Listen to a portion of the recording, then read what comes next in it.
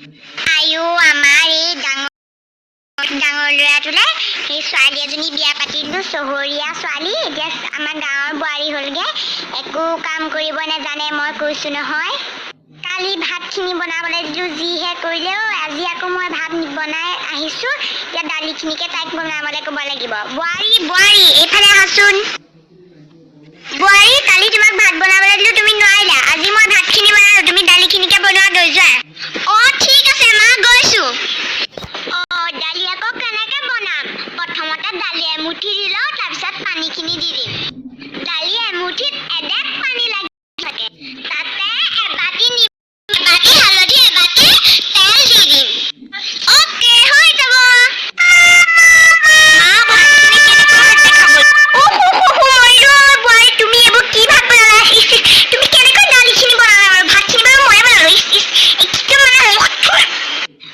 মা, এইটোচোন বৰ ভাল ৰেচিপি। প্ৰথমতে মই দালি এমুঠি দি, পানী এডেকচি দি পেলাই, আৰু তেল এবাটি, আৰু নিমখ এবাটি, আৰু হালধি এবাটি দি দিলোঁ। খালে গোটেই ঘৰৰ টকা পইচা এজনীয়ে শেষ কৰি দিব। তুমি মানে বোৱাৰী, মানে তুমি একোৱেই কৰিব নোৱাৰা। মোক কৈছোঁ নহয়, কিনো মোৰ কপাল বেয়া আছিল নহয়। ব'লা এতিয়া বাহিৰলৈ। যোৱা বোৱাৰী, এতিয়া তুমি চোতালখন সাৰা, একদম ভালদৰে সাৰিবা। এতিয়া চোতাল সাৰ মানে কি আকৌ? সেইটো মই বুজি নাপালোঁ নহয়। কালি দেউতাইচোন খেতিত কিবা সাৰ দিছিলে, কিবা ৰাসায়নিক সাৰ নে কি। কৰোঁ, তাৰে সাৰ অলপ আনি পেলাই চোতালত দি দিওঁ, তেতিয়া চোতাল সৰা হৈ যাব। ময়ো কিন্তু কথাবোৰ কোনেও নোকোৱাকেই বুজি পাওঁ দেই। মা, মোৰ চোতাল সাৰি হৈ গ'ল।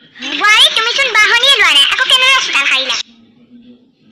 এইবোৰ আকৌ কি বগা আটা গুৰি নেকি?